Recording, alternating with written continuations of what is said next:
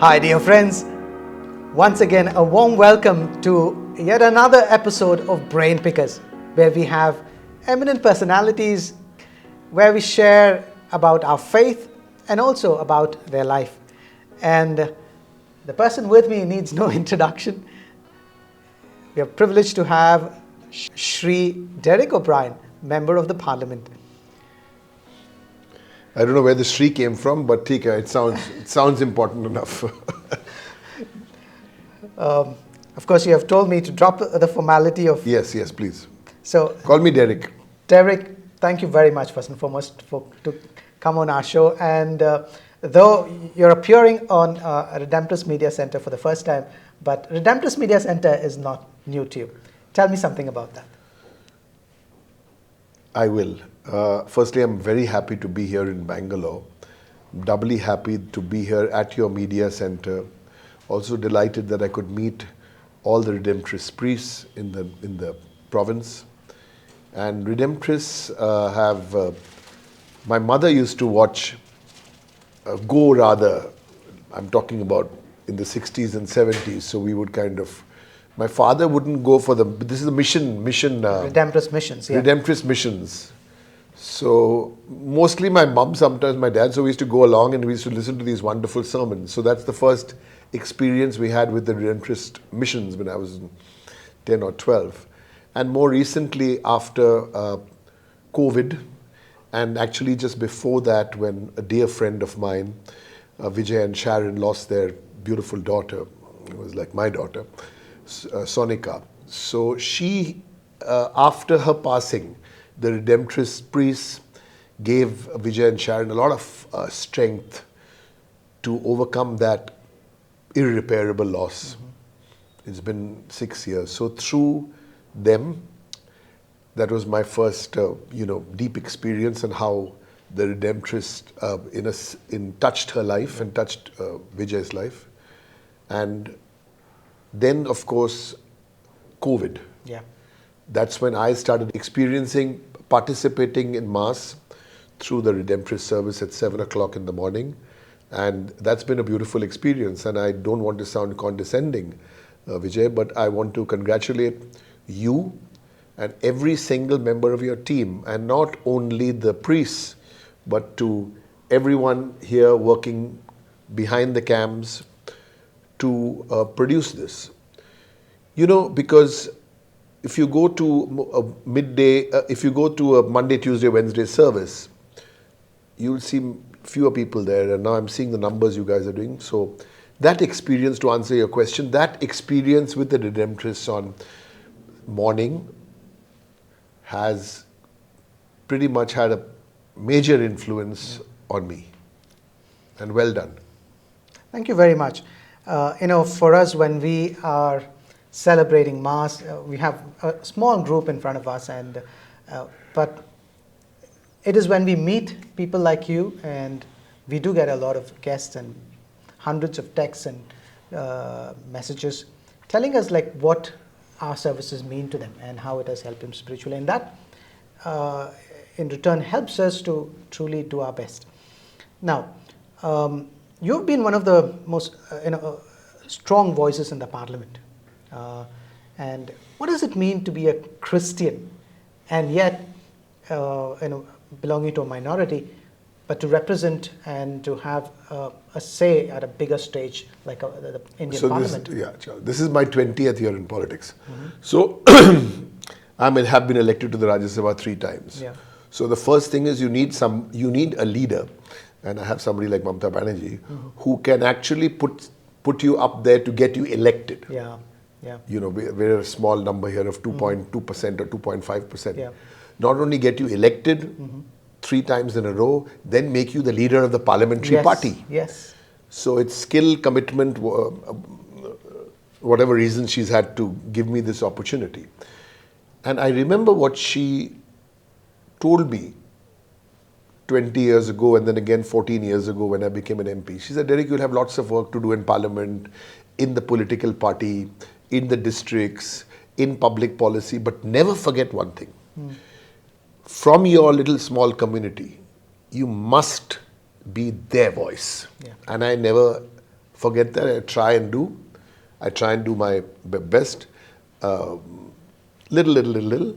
But in this term, which started about 1 year ago, the third term, I want to try and do more because I do believe this is a great opportunity to use power for good. Yeah, absolutely. And since you said that, I mean, that's very important, because with great power comes great responsibility, and the way you have represented and the way we have seen that in a very specific way. You are one of the voices that clearly fought the government, as it were, when it came to the farm laws.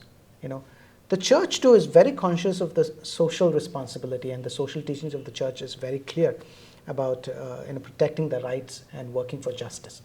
Now, how do you see your work working for justice? How do you see yourself? So you see, the first thing, since you brought the church into it, and church, justice, working for justice, yes. I think the first responsibility of the church leadership, and I'm no one here to advise them, but I can only make some suggestions, is that we as the Christian community, since I'm on the channel of the Redemptorist Media Center, so whether it's justice for women or justice for the economically challenged or whoever, we must do that. Yeah. But we as a community must be communicating not only as a proactive or a defensive mechanism. Right. When the church is burnt, very bad. Yeah. That's the time, you will see. When something negative happens, no. We must be like today. There's nothing. Yeah. We're having a chat. We're not defending, something. So I think it's very important to set the tone. And that's why I think that's the first thing. Otherwise, you only don't want to be seen as candlelight. Exactly. Okay. Yeah. Yes, we will fight the anti-conversion bills or the Anti-Conversion Act. Why will we fight it? Not because of the Christian needs to fight it. Yeah. As an Indian who believes in the Constitution. Yeah, exactly. Yep. So, others say, no, the anti-conversion law, the Christians are fighting. Yeah. So this is a very important issue. I thought I should use this platform, that we must stand by the Constitution of India. And the second one, if I may, because you spoke about justice, and you see, Charles, I must tell our viewers that I call the younger priests and the nuns, by their first name. So don't get offended, but the senior ones, I call them father. It's just that, okay, thank you for understanding. And I think the other reason is very important is when other religious minorities, like the Muslims, the Christian must stand up. Yeah. If the Waqf bill is being opposed, I would like the leadership of the church to stand up and also oppose, because otherwise that story. Everyone, I didn't oppose that because there was nobody, and at the end you were left alone. Tomorrow it will be. So I think these are the two: be in the news for positive reasons, be in the news for positive reasons, and the second one is, of course, stand up with others. Keep reminding people, because we run schools. The community runs fabulous schools, be it the Jesuits, I better not mention name because then I'll leave a denomination out and they'll get me into trouble and text me after that. So be it the Loreto nuns, the Jesuits, the Daughters of the Cross. There are so many, okay? I mean, I'm not auxilium. So many.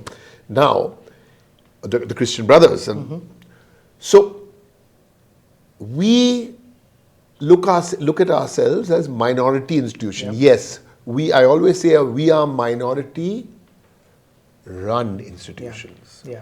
But the touching of lives are from different communities. Roughly, I can estimate that 80% of boys and girls educated in Christian run minority educations are not Christian. Yeah, absolutely. You've spoken about your public life, right? But for our audience and also for me, I want to know something about your personal religious life, as it were, your personal spiritual life. Like a simple question. People know you as Shri Derek O'Brien, the member of the parliament, who voices out, especially when there are things that associated with the poor and matter of justice, very strong voice. But as a person, who's Jesus for you? Yeah, I think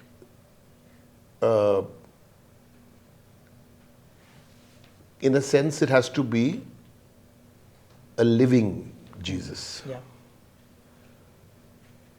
Somebody who's, touch and feel. Yeah. So, because my life changed in 1991, 92 after my little book which I did with Mother Teresa. Yeah. That was 32 years ago. So Jesus to me is, this is my very personal view, and if I say this, if it's controversial, then, and if you don't agree with me, then don't be upset with me. But to experience Jesus, I don't need to go to Velankani, my personal view. If somebody likes to go to Velankani, that's fine. Or I don't need to go to where the crib was in Jerusalem. To me, in simple ways, is touch lives. Yeah. It's not, I have to be at the Redemptorist morning mass at 7 o'clock, and for 30 minutes I do that, and for the rest of the day. So as you get older, and I think the other power which I found in that is failure, imperfection. When I go and get introduced to before I give a speech, they say this thing and this thing and this thing he did, but they don't never say about the failure. I failed in class 8. I had to repeat the class. But I think, so, to go back to your original question as who is Jesus to me is, when I'm in Bangalore, I came to the Redemptorist Media Center and I spent 2 fabulous hours with the Redemptorist priests. To me, that is a connect. To me, when I have been invited to address 500 nuns and priests on how the digital media can be harnessed for evangelization, to me, that's my experience of my religion. Now, without you asking me, you'll say, how many times do you say the rosary? I don't say the rosary.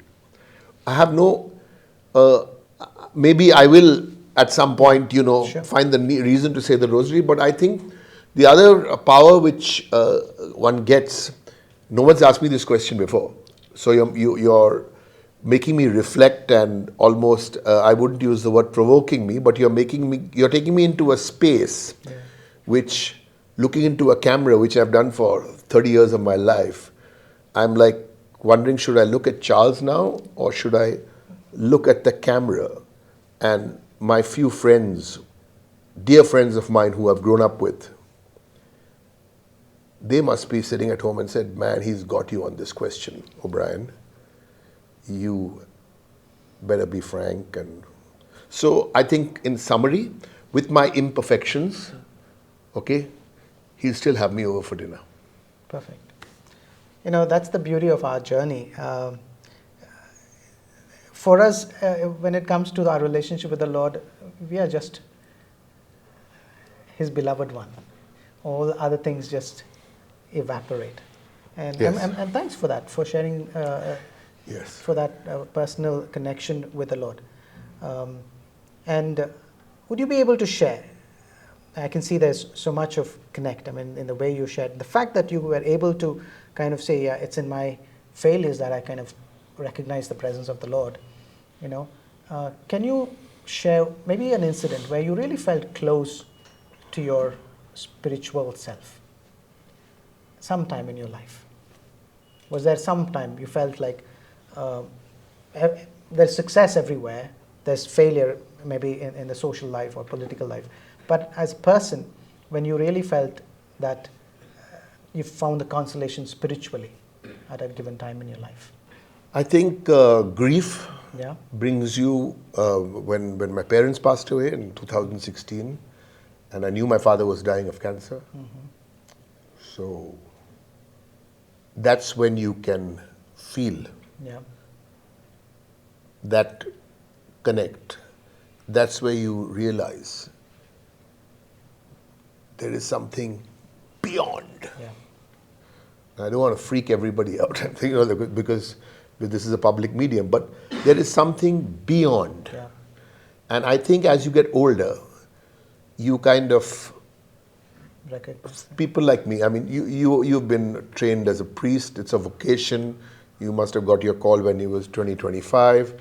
You know, I have had some not so good experiences with priests and religious in the past. I don't want to talk about it. It was not important to talk about it. So they're 99.9. They're all great people. Yeah.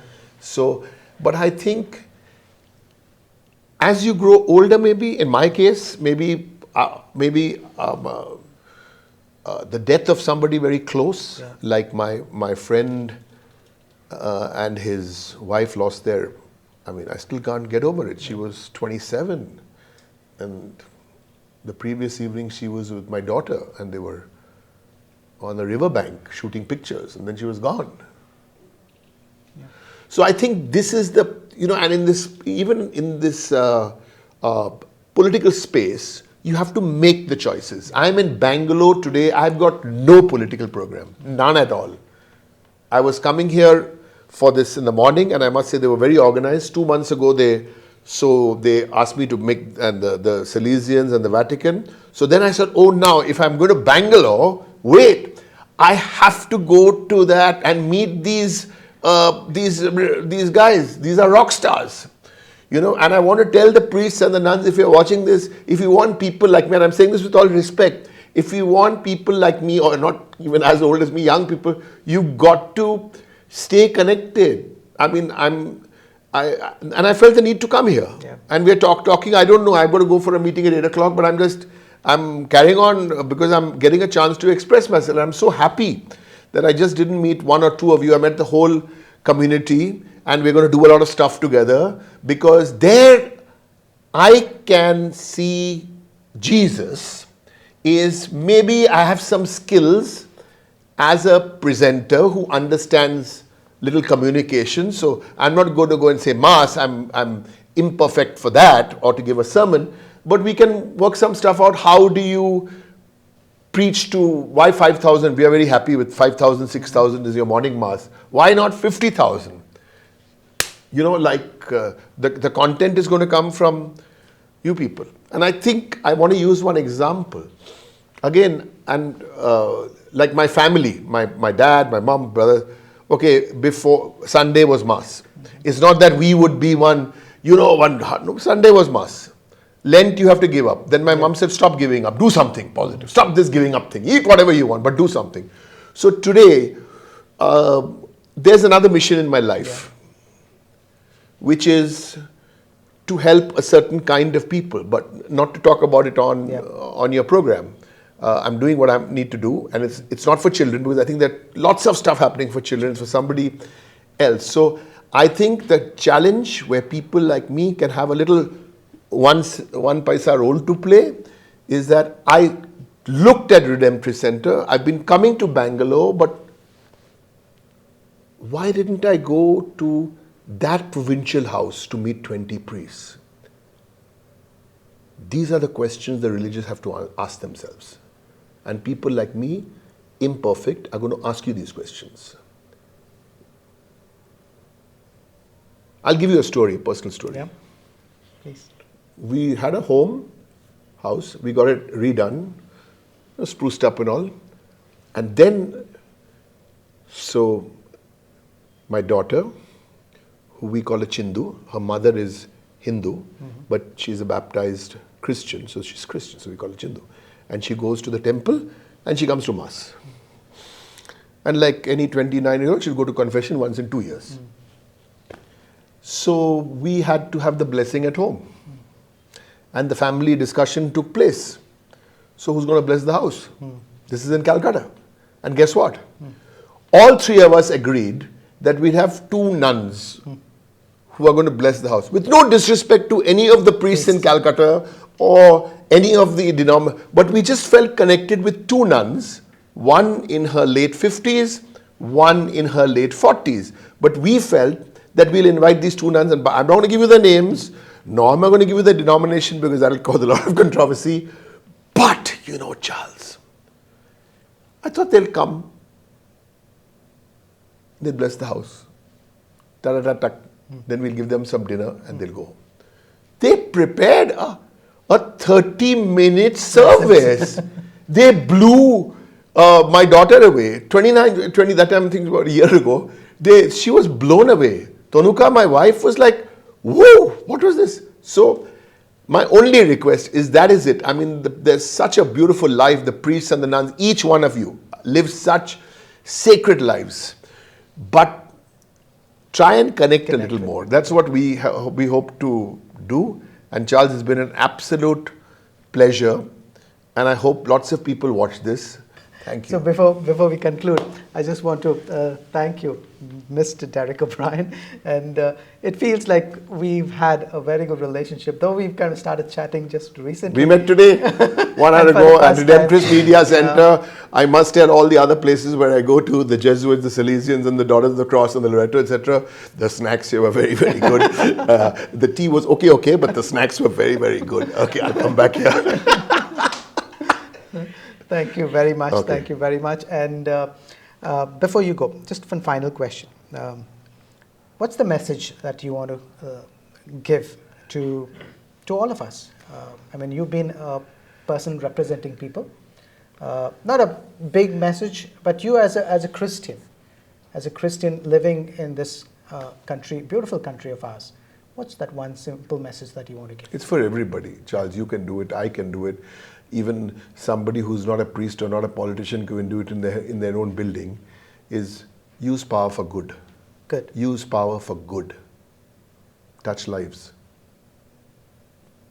That's fantastic. That's a very clear and I think very powerful message. Thank you very much. And I'm sure you enjoyed this conversation. And do share it with your friends and family. As you know, we continue the series of Brain Pickers, where we talk to interesting personalities like Derek, and who come and who don't shy away from sharing about their faith. And Derek, thank you very much for being here. We'll catch up again on the next episode. Have a good day.